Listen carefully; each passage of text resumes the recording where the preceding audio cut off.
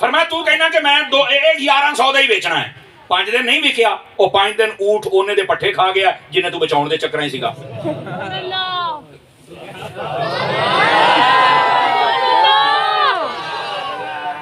ਉਹਨੇ ਦੇ ਉਹ ਪੱਠੇ ਖਾ ਗਿਆ ਸਾਨੂੰ, ਅਸੀਂ ਕਹਿੰਦੇ ਮੈਂ 1100 ਬਚਾਇਆ, ਉਹ ਭਾਜੀ 1300 ਦੇ ਖਾ ਗਿਆ।